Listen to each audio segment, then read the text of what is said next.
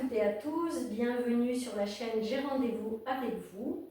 Aujourd'hui, nous recevons Pascal Demski, géobiologue, qui va nous expliquer qu'est-ce que la géobiologie. Pascal, bonjour. Bonjour. Bienvenue. Merci. Merci d'être avec nous pour nous parler de la géobiologie. C'est un vaste sujet, Oui. mais on va essayer pour les personnes qui nous regardent et qui nous écoutent de pouvoir un petit peu décanter cet art. Alors Pascal, qu'est-ce que la géobiologie? Alors, la géobiologie, c'est l'étude de l'influence des lieux et des ondes sur les êtres vivants. Donc, en fait, la Terre émet des ondes et des champs électromagnétiques. Il y a diverses choses au niveau de la géobiologie que l'on peut détecter et cela peut impacter notre organisme. Le but du géobiologue, c'est de mettre en zone neutre finalement les personnes, les êtres vivants, que ce soit les êtres humains ou les animaux, en zone neutre afin de ne pas subir les perturbations qui remontent du sous-sol, qui sont des perturbations naturelles quelque part, mais qui influencent et impactent notre organisme. D'accord. Donc pour les animaux aussi? Tout à fait. D'accord. Alors, quels peuvent être les bienfaits de la géobiologie? Qu'est-ce que ça peut apporter au-delà, voilà, des influences, plus spécifiquement, ou peut-être comment ça peut perturber? On peut peut-être commencer par comment ça peut perturber.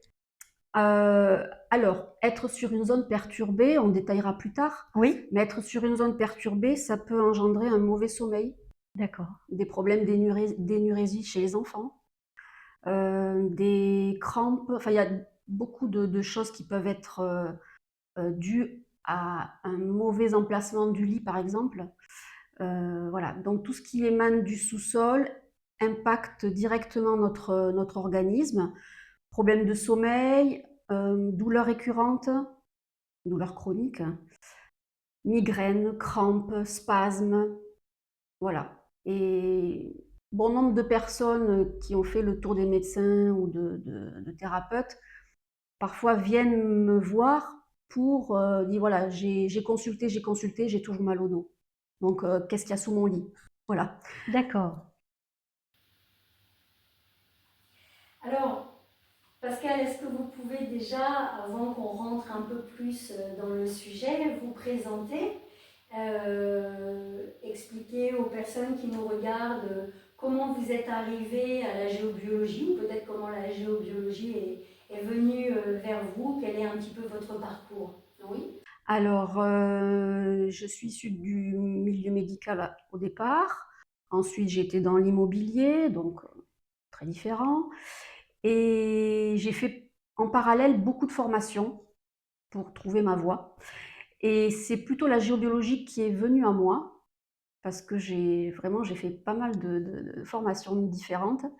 Et ce qui m'interpellait, c'est pourquoi on se sent bien dans un lieu ou pas. Des fois, on rentre dans une maison, on n'a qu'une envie, c'est en sortir. Oui. Pourquoi à tel endroit on dort mal alors que dans un autre endroit on dort bien. Il y a des maisons aussi qui les gens se succèdent et ils ont toujours le même style de problème de santé. Oui. On a parfois des maisons à cancer, il y a toujours des cancers dans ces maisons. Bon, tout ça, ça m'a interpellée. Et donc, je suis allée un peu plus me renseigner sur l'influence du lieu et j'ai découvert la géobiologie. La géobiologie. Mm. D'accord. Alors, est-ce que vous pouvez du coup expliquer un peu qu'est-ce que la géobiologie va apporter aux personnes, quelles vont être les demandes que vous pouvez avoir un petit peu plus en détail, et du coup, j'imagine que dans la géobiologie, il y a plusieurs secteurs. Oui. Donc, est-ce que vous pouvez nous en dire un petit peu plus? Oui. En fait, la géobiologie, il y a déjà tout ce qui est d'origine naturelle terrestre. Donc, la première partie de l'expertise géobiologique va consister à détecter les différents réseaux telluriques, les veines d'eau souterraines, les failles, tout ce qui émane du sous-sol, qui est invisible évidemment, mais qui ont une influence sur nous. Et ensuite, c'est complété par un bilan de pollution électromagnétique artificielle. Donc là, c'est avec différents outils que j'ai là. Et là, on va plutôt vérifier tout ce qui est réseau électrique de la maison, box, Wi-Fi, les antennes relais qui sont pas très loin, les lignes à haute tension, la, la, la prise de terre aussi, la valeur de la prise de terre. Tout ça, c'est très très important parce que ça fait euh, des, des rayonnements. Il y a des rayonnements par rapport à tous les réseaux électriques de nos maisons. Alors on vit avec, on ne s'en rend pas compte, mais vraiment ça impacte nos organismes, et d'autant plus avec les téléphones portables, les fours micro-ondes, etc. Donc ça c'est un aspect plus moderne et artificiel de la pollution électromagnétique artificielle, mais à la base la géobiologie c'est la pollution, les perturbations qui émanent de la Terre. D'accord. Et donc, comment est-ce que vous allez intervenir sur le terrain concrètement? Qu'est-ce que vous cherchez? Comment vous le cherchez? Et peut-être après, dans un deuxième temps, comment vous amenez peut-être des corrections à ce que vous avez pu trouver? Alors, au niveau de la géobiologie, j'utilise l'antenne de l'Escher, ce petit instrument, et qui a un curseur. Et en fonction des fréquences que l'on va mettre sur le curseur, on va chercher soit les veines d'eau souterraines, soit les différents réseaux telluriques, les cheminées cosmotelluriques. Donc cet instrument permet de détecter tout cela. Qu'est-ce qu'une cheminée cosmotellurique? Une cheminée cosmotellurique, c'est un échange en fait d'énergie entre le ciel et la Terre, cosmotellurique. D'accord. La Terre respire, c'est quelque part la respiration de la Terre. Et une cheminée cosmotellurique, c'est plus ou moins grand, hein, avec une phase ascendante d'énergie, ça s'arrête, et une phase descendante. Si je suis là positionnée sur une cheminée cosmotellurique, et pas forcément être très zen. Parce qu'il y a cet ascenseur d'énergie perpétuelle. 3 minutes ça monte, ça s'arrête, 3 minutes ça descend. D'accord. Donc, être sur une cheminée cosmotellurique, après il y en a des négatives, il y en a des positives, mais si on dort dessus, on ne va pas bien dormir. Donc, j'ai beaucoup de personnes qui m'appellent justement pour des problèmes de sommeil. Énormément. Je dirais que la majorité des problématiques, c'est les problèmes de sommeil. Après, il y a les douleurs chroniques, etc. Mais vraiment, il y a énormément de gens qui dorment très mal et qui ont assez de prendre des médicaments ou autres. Et en fait, ce qui est super important en géobiologie, c'est le positionnement du lit. Qu'est-ce qu'il y a sur notre lit? On passe un tiers de notre vie dans notre lit, oui, ce qui est énorme. Oui. Donc, si on est sur des grosses perturbations géotelluriques, on va avoir plus de chances de contracter des problèmes de sommeil, des problèmes physiques, des problèmes de santé. C'est la goutte qui fait déborder le vase quelque part. On a peut-être une faiblesse au niveau de l'organisme, mais si en plus on dort sur une zone très perturbée, ça ne va pas aider du tout. Voilà. Donc, c'est vraiment une grosse demande des personnes au niveau des problèmes de sommeil. Voilà, principalement, je dirais. D'accord. Donc là, on a parlé de la cheminée cosmotellurique. Qu'est-ce qu'il y a comme autre perturbation? Alors, les réseaux telluriques. On a plusieurs réseaux telluriques, réseau Curie, réseau Hartmann, réseau Grand Diagonal. En fait, la Terre, elle est quadrillée. C'est vraiment comme un maillage, un quadrillage par rapport à ces réseaux. Et le fait d'être sur des croisements de réseaux Curie, Hartmann, quand ils se chevauchent, on dit que à ce moment-là, l'effet est multiplié et donc plus agressif.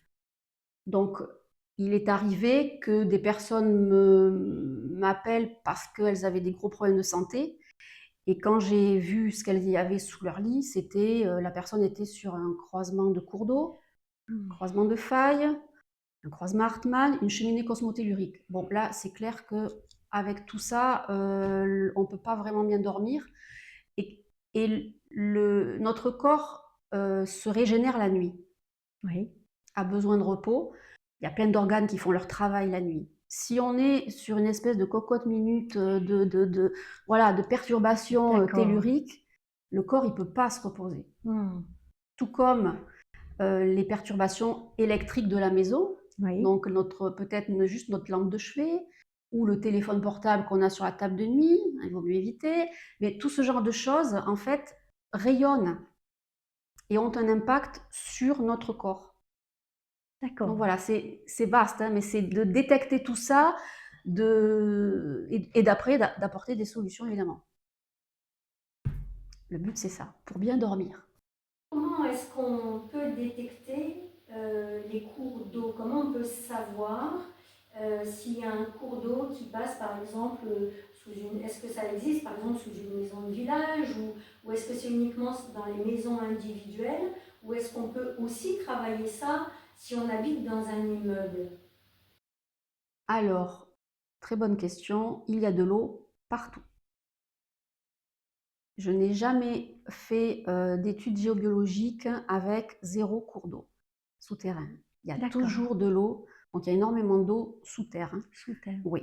Donc qu'on soit en maison de ville, qu'on soit en appartement, même au 6e étage, les perturbations remontent quand même dans les étages, hein. D'accord, Et on peut détecter tout à fait les veines d'eau souterraines, les réseaux telluriques, même quand on est dans un immeuble. Donc ça touche tous les lieux de vie, les lieux de travail, les élevages, parce que les agriculteurs aussi ont besoin des fois de nos services, parce oui, que il y a des problèmes au niveau de la lactation des vaches, ou voilà. d'accord, Oui, oui, oui, ou les problèmes avec les chevaux, oui, qui ont des pathologies, qui ont des... Voilà, il faut changer, des fois, il faut juste les changer de box, parce qu'au niveau de leur box, il y a énormément de perturbations telluriques. d'accord, Voilà. Donc, de l'eau, il y en a partout. Après, avec donc l'antenne de l'échère, en se mettant sur la fréquence du cours d'eau, on arrive donc à détecter rive droite, rive gauche du cours d'eau, et d'accord, d'arriver à déterminer comment il passe dans la pièce, d'accord, et donc de l'éviter. Parce que ça, le cours d'eau, il n'y a pas de correction. Dans ma façon de pratiquer, il n'y a pas de correction à apporter pour un cours d'eau et une faille. On ne va pas les creuser pour le déplacer. Donc, bien sûr. il est là, on va décaler le lit. Hmm. Voilà, il y a toujours des solutions. Les réseaux telluriques, par contre, comme ce sont des champs électromagnétiques, donc soit un réseau, par exemple le réseau Curie, il est d'origine magnétique, Oui, réseau Hartmann d'origine électrique. Donc il y a des moyens physiques de décaler les réseaux afin qu'ils ne d'accord, passent plus sous le lit ou qu'ils soient plus sur le siège de bureau. par Parce que, exemple. parce que quand on passe 8 heures sur une chaise au même endroit, c'est comme quand on fait 8 heures sur un lit. Hmm. Donc le siège de bureau, c'est important aussi parce qu'on y passe beaucoup de temps. Voilà. Donc on peut décaler les réseaux telluriques, il y a des moyens de les décaler, pour que finalement le but, c'est de mettre la personne en zone neutre. D'accord, Et en zone neutre, la personne pourra mieux travailler, meilleure concentration, meilleure efficacité.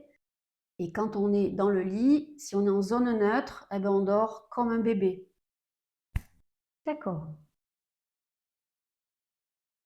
Alors, il y a deux autres appareils sur la table. Oui, Est-ce que vous pouvez expliquer aux personnes qui nous regardent euh, oui. à quoi ça sert? Alors là, il s'agit d'appareils qui permettent de vérifier les hyperfréquences. J'ai d'autres appareils également qui permettent de vérifier, de mesurer les rayons, les champs électriques et les champs magnétiques. Donc ça, c'est pour tout ce qui est pollution électromagnétique artificielle, donc due au D'accord, réseau électrique de la maison. Ça c'est plus particulièrement pour les antennes relais, les box, le micro-ondes. Si je mets ça à côté d'un micro-ondes, c'est au secours. C'est très, très polluant en fait le micro-ondes. Oui, Voilà. Et donc, ça permet de voir aussi, si vous êtes proche d'une antenne relais, comment elle impacte votre habitation. Et est-ce que vous baignez dans des ondes toute la journée ou pas? Voilà. En fait, à l'heure actuelle, c'est hyper important de se préserver des ondes électromagnétiques. Ça devient un fléau. ouais. Les téléphones sont de plus en plus puissants, maintenant 4G, 5G. Et tout ça, on est bombardé d'ondes. Et le but, c'est qu'à la maison, on soit préservé et que le corps, c'est toujours pareil, que l'organisme puisse vraiment être au repos. Être au repos. Parce qu'on est agressé par des tas de choses, mais à la maison, il faut vraiment être au repos et dormir paisiblement. D'accord. Alors, quelles sont les demandes que des personnes qui s'adressent à vous vous font? Tout à l'heure, vous avez parlé des enfants avec de l'énurésie, par exemple. Ça, c'est quelque chose d'intéressant. Oui. Alors, par rapport aux enfants et le problème de l'énurésie, on s'est aperçu que bien souvent, après, c'est pas toujours le cas, parce que l'énurésie a différentes causes. Mais parfois, c'est tout simplement que l'enfant dort sur un cours d'eau. Oui. Et l'eau appelle Cours d'eau, voilà. D'accord. Voilà. Donc, un problème d'énurésie, il faut déjà peut-être essayer de déplacer le lit de l'enfant. Des fois, ça peut être que ça. Que ça. Oui. D'accord. Toujours. Ça peut intéresser mais certaines mamans qui nous écoutent. Voilà, c'est à tester. Vraiment, c'est à Oui. tester. Tout comme si on a un mauvais sommeil vraiment, des fois il suffit, enfin ça vaut le coup d'essayer de décaler le lit ou de changer de chambre. Oui. Ou monsieur dort bien, madame dort pas bien, on échange, ah oui, il y a un changement, donc qu'est-ce qu'il y a sous le lit qui fait que je dors pas bien? Voilà, des fois ça peut être ça, après ça peut être plus complexe aussi, mais bien sûr. Quelles sont les corrections? Quel genre de correction, par exemple, s'il y a des antennes relais ou par rapport à l'électricité qui passe dans les murs avec toutes les prises qu'on peut avoir. Pour un téléphone, j'ai envie de dire que c'est relativement facile, mais vous pourrez peut-être nous donner un exemple. Mais quelles sont les corrections qui existent, par exemple? Alors, pour se protéger du rayonnement des antennes relais quand elles sont proches, il y a des peintures spécifiques qui isolent. D'accord. Donc, on peut peindre le mur qui reçoit. Il y a des rideaux, pareil, qui sont avec des matières spécifiques qui arrêtent les rayons des antennes relais. D'accord. Ça, Voilà. c'est intéressant à savoir, parce Oui. que c'est vrai qu'on Oui. ne le sait pas forcément. Ce qu'il y a aussi, alors il y a de plus en plus de personnes EHS, électro-hypersensibles, Sensible, oui. qui ne supportent plus, Oui. même qui ne supportent plus le réseau électrique de la maison. Hein. J'ai des clientes qui ont dû déménager en France dans des zones blanches où il n'y a aucune antenne relais. D'accord. Voilà. Donc c'est quand même un problème qui est de plus en plus fréquent. Et il existe aussi donc des vêtements qui protègent des ondes. Là, notamment, je pense à une cliente qui avait une chemise anti-ondes, le chapeau anti-ondes, etc. Donc, c'est vraiment problématique. Et je pense que c'est bien de prévenir et de faire en sorte qu'on soit préservé le plus possible quand on est chez nous, parce que bon, dehors, on n'a pas la main, mais et de faire le nécessaire pour ne pas subir toutes ces perturbations, ces rayonnements. Là, je pense notamment aux bébés, aux enfants. Oui. Pour moi, il y a un gros problème au niveau des babyphones. Oui. Avec caméra dans le lit du bébé. On regarde sur son téléphone portable, ah, il bouge, il est réveillé, il va bien, il dort, enfin voilà. Ça, c'est connecté et ça rayonne énormément.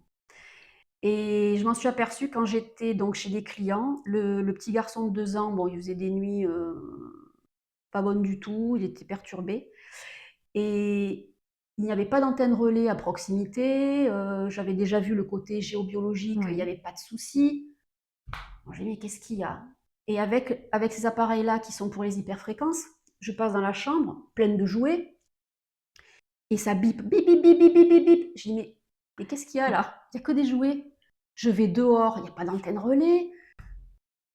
Qu'est-ce qu'il y a? Et avec bip, bip, bip, bip, bip, bip, j'arrive à la caméra du babyphone, qui était, elle était de la couleur bleu, rouge, jaune. Elle était intégrée dans les couleurs. Elle n'était pas visible, je ne l'avais pas vue. D'accord. Elle était vraiment en couleur jouée. Et en fait, ce petit garçon, il baignait dans des ondes dans sa chambre, comme s'il était dans un micro-ondes. Alors, c'était bon, les parents ont tout de suite enlevé la caméra, mais c'était vraiment impressionnant de voir comment rayonnait cette caméra. Alors, si j'ai un conseil à donner, les babyphones hyper modernes, connectés, et puis même tout ce qui est connecté, les montres connectées, en plus c'est là sur le poignet, ça va pas du tout. Tout ce qui est connecté rayonne énormément et ça perturbe en fait l'influx nerveux, ça perturbe nos cellules. Alors c'est peut-être pas perceptible dans un premier temps, on vit avec. Mais c'est petit à petit. Voilà, voilà. Petit à petit, ça dérègle quand même pas mal de choses. Et puis certaines personnes deviennent hypersensibles et ne peuvent plus vivre en ville. Ne peuvent plus travailler, enfin, c'est de plus en plus fréquent, ou du moins rencontrent des difficultés à vivre. D'accord. Au niveau de la santé, quels exemples vous auriez de personnes qui vous auraient contacté? Bon, là, on a parlé de l'énurésie, mais sur des problèmes de santé, tout à l'heure, vous parliez de maisons à cancer. Quelles ont été les personnes qui vous ont appelé avec des problèmes de santé, comme vous avez dit, migraine, choses comme ça, et qu'est-ce que vous avez découvert? Est-ce que vous avez quelques exemples à donner aux personnes qui nous écoutent? Oui. Alors, un exemple de cancer, une dame en pleine forme, hygiène de vie nickel, qui développe un cancer soudain et vraiment fulgurant. Les enfants lui disent fais venir un géobiologue, mais non, j'y crois pas. Bon, elle fait venir quand même. Donc, il se trouve qu'elle dormait sur un cours d'eau, sur une faille, sur une cheminée cosmotellurique et un croisement de réseau tellurique, le réseau Curie, je crois. Elle avait des sueurs nocturnes, elle dormait très mal, mais ils avaient laissé le lit à cette... En fait, on s'habitue à mal dormir, en fait. Oui. Voilà. Et bon, c'est comme ça, je dors mal. Bon, à part que là, il y avait un cancer. Bon. Donc, la zone où elle dormait était très agressive. Ni une ni deux, la chambre était grande. Le soir même, ils avaient changé le lit de place. Elle dormait plus sur la zone agressive. Du coup, elle m'a dit, j'ai dormi comme un bébé. Vraiment, là, elle a fait des nuits reposantes. Elle avait plus ses sueurs nocturnes. Elle a eu traitement chimio, etc. Parce que évidemment que il faut faire ce qu'il faut. On ne remplace pas. Non, voilà, on ne remplace pas. Mais on accompagne. C'est ça. Ou on complète. Et donc, le fait de la mettre en zone neutre fait que ça a été long, mais elle est toujours parmi nous. Et punaise, c'était pas gagné. Hein. Voilà. Disons que si on sort la personne de la zone agressive, les traitements vont faire plus d'effet. Parce que certains récidivent. Ils guérissent pas, ils récidivent. Mais si toutefois c'est parce qu'ils sont dans un endroit agressif, évidemment que ça va pas aider. Mais le fait de mettre en zone neutre, déjà le corps il est plus agressé toute la nuit par toutes ces perturbations telluriques. Et puis bon, le corps fait le reste, les médicaments font le reste et on récupère la santé. Donc ça, c'est un cas de cancer. Après, j'ai quoi comme autre exemple des problèmes de sommeil, toujours pareil. pareil, problème de sommeil. Les problèmes de sommeil, alors parfois ça peut être des réseaux telluriques, ça vient du tellurique. Oui. Et dernièrement, c'était plutôt un lit électrique. Ah oui, Oui, parce que les lits modernes, oui. voilà, tout ça, c'est bien, mais en fait, c'est branché toute la nuit. Le Et courant passe. oui, Et oui, et en fait, ce lit-là émettait le champ magnétique était important. Là, d'accord. c'était pas le champ électrique, c'était le champ magnétique. Magnétique. Donc, j'ai dit à la personne, ben, débrancher le lit et tester cette nuit. Mhm. Elle me dit, punaise, maintenant je dors bien. Et oui. Voilà. Donc, des fois, c'est pas compliqué. Mhm. Des fois, c'est plus compliqué. Mais Mais là, en parfois, on n'y pense l'occurrence, pas forcément. voilà, voilà. Mais tout ce qui est électrique ou connecté déjà à la base, ça peut vraiment nous perturber. Donc, Oui. si on débranche tout, si on éloigne, on évite déjà pas mal de choses. D'accord. Est-ce que vous auriez un dernier exemple? On a parlé des animaux tout à l'heure, qui peuvent être aussi perturbés. Est-ce que vous avez rencontré certaines perturbations particulières pour des animaux? Non, pas spécifiquement, mais quand je vais chez les personnes pour faire donc une expertise géobiologique, le travail dure toute une journée et donc à la fin, les personnes savent, parce que je dessine tout sur un plan, donc on sait où passent les cours d'eau, les failles, les réseaux telluriques. Bon, je peux décaler des choses ou quoi, mais de ce fait, eh ben, il dépasse le panier du chien. Toi, mon coco, tu vas plus dormir là, tu vas dormir en zone neutre. D'accord. La gamelle, on va la mettre en zone neutre. Enfin voilà. On aménage le lit pour les personnes et aussi pour les animaux. Voilà. D'accord, tout à fait. Oui, comme vous disiez tout à l'heure, comme le box du cheval, Tout à fait. simplement le mettre à côté, oui. Il n'est plus sur une faille, sur une ligne. C'est ça. D'accord. C'est bon, on a expliqué les grandes lignes pour les personnes qui nous écoutent. Parce qu'il y a beaucoup à dire. Il y aurait beaucoup à dire, mais voilà. Bien sûr, c'est les grandes lignes, c'est ça. Si vous deviez, je ne sais pas, rajouter quelque chose pour les personnes qui nous écoutent, qu'est-ce que vous donneriez comme autre information supplémentaire? Peut-être quelque chose que les personnes elles-mêmes, auxquelles elles ne pensent pas, en tout cas qu'elles ne pensent pas que ça puisse venir de ce genre de problème, de dysfonctionnement. On a vu les antennes relais, on a vu les téléphones portables à la maison. Est-ce qu'il y a d'autres choses qui peuvent nous perturber, que ce soit dans notre sommeil, peut-être dans la nervosité, j'imagine aussi. Est-ce qu'il y a d'autres choses dans la maison qui peuvent... on a vu les micro-ondes. Oui. Est-ce qu'il y a d'autres choses dont on n'aurait pas parlé qui peuvent aussi perturber? Ou est-ce qu'on a fait le tour de... Je pense qu'on a fait le tour. Le principal étant vraiment d'éviter les objets connectés. C'est vraiment un problème, ça. Oui. De ne pas avoir le téléphone portable à côté. Et alors, une autre chose qui est intéressante, c'est de se relier à la Terre. On appelle ça le earthing. Oui. Et donc, il y a des sites qui proposent ce genre de produit.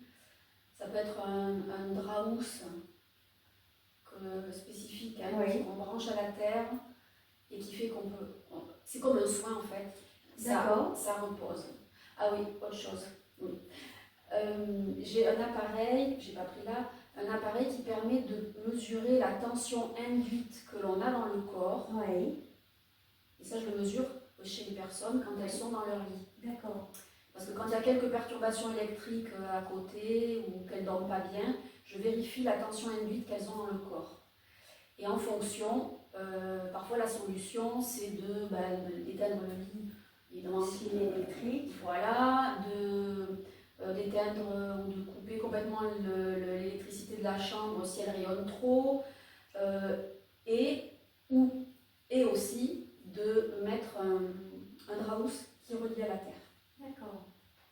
Donc ça, il faut vérifier la valeur de la prise de terre. Bon, il y a tout un truc à faire, mais c'est vraiment quelque chose d'intéressant Et les grands sportifs se promènent dans leur valise avec un drap de mise à la terre, notamment les cyclistes. Ils le prennent à l'hôtel. Oui.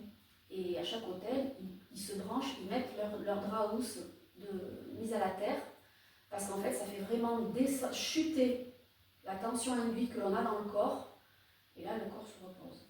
Donc c'est une tension électrique? Oui. C'est une tension électrique. Oui. D'accord. Oui, tout à fait. D'accord. Eh bien, je crois qu'on a vu tout ce qui pouvait interpeller hein, les auditeurs. Est-ce qu'il y a autre chose que vous avez envie d'ajouter? Je ne sais pas, je ne sais plus. C'est tellement, Oui, tellement intense comme... Sûrement que j'ai encore plein de choses à dire, mais là, ça me vient pas. Mais voilà, il faut se préserver de pas mal de choses quand même.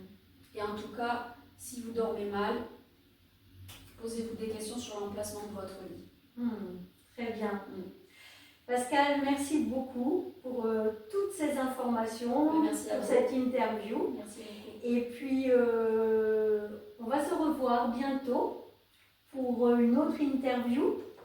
Oui, sur notre sujet. Un autre sujet, mais on va le garder pour nous. En tout cas, un grand merci. Merci. Bien, merci à tous de nous avoir écoutés. J'espère que toutes ces informations vous seront utiles. Si vous souhaitez en avoir davantage, à la fin de la vidéo, vous aurez les coordonnées de Pascal. Vous pourrez ainsi la contacter. Vous pouvez aussi, sous la vidéo, poser vos questions. Et puis, nous nous donnons donc rendez-vous pour une prochaine interview très bientôt sur la chaîne J'ai rendez-vous avec vous. Si vous aimez, partagez, likez, faites-en profiter aussi les autres. À bientôt!